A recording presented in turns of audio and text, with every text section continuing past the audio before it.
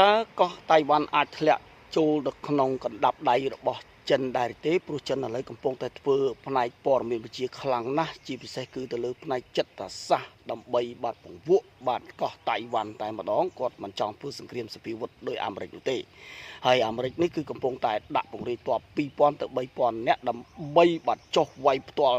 ដីតែម្ដងបាត់ទៅលើកោះខាច់ដើម្បីគ្រប់គ្រងកោះខាច់ទាំងមូលដែលជាកោះធំបំផុត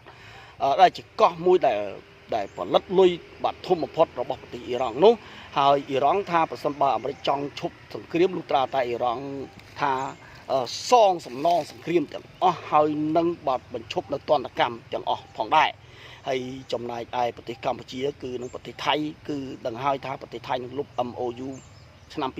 2001ដែលអាចធ្វើឲ្យយើងនឹងគឺពិបាកក្នុងការដោះស្រាយអំពីបញ្ហាព្រំដែនដីនិងព្រំដែនសមុទ្រជាមួយនឹងប្រទេសថៃអញ្ចឹងយើងរងចាំមើលរដ្ឋាភិបាលរបស់យើងបន្តទៀត